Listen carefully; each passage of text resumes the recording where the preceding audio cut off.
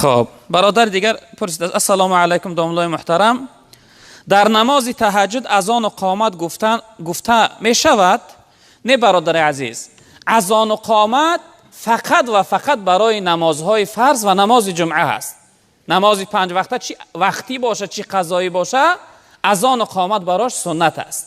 اما بغیر نمازهای فرض، نماز تهجد میخوانی، نماز ویتر واجب میخوانی اگر الهیده بخوانی، یا اینکه نماز شکر وضو میخوانی، تحیه مسجد میخوانی، نماز ضحی اشراق، هر نماز نافله که بخوانی، برای اینها اذان و قامت نیست. اذان و قامت فقط برای نمازهای فرض است و برای نماز جمعه، چی در وقتی بخوانی چی قضایی بخوانی شد.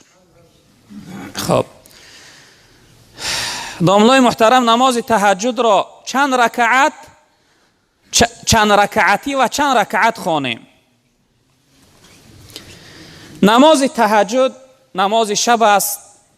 چند رکعتی خواندن شد، جناب پیغمبر صلی الله علیه و سلم نمازهای شب گفتن که صلات اللیل مثنا مثنا، تا نماز شب بهترش 2 رکعت خواندن است. چند رکعتی که میخوانی.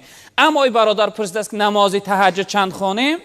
اکثر روایت ها ده جناب پیغمبر صلی الله علیه و سلم 8 رکعت میخوندن، یعنی 2 رکعتی نیت میکردن، 4 بار 8 رکعت میخوندن. هستن روایت هایی که جناب پیغمبر تا 12 رکعت هم خواندن.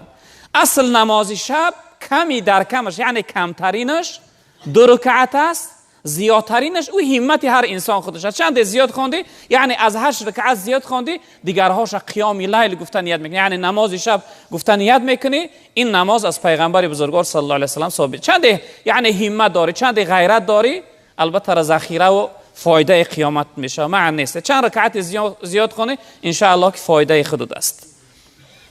و وقتی نماز تهجد بهترش همین است که انسان 3 آخری شب خونه، یعنی پیش از صبح خیزه. فرض کنیم اگر ساعتی یعنی 7 گذشته، این روزها صبح میدمه، ساعتی 6 خیزه تا ساعتی 7، این لحظه ها یعنی الحمدلله ببینید چقدر شبها هم طولانی، یعنی انسان سیرخواب میکنه. این لحظه میتونه که نماز تهجد شب بخونه.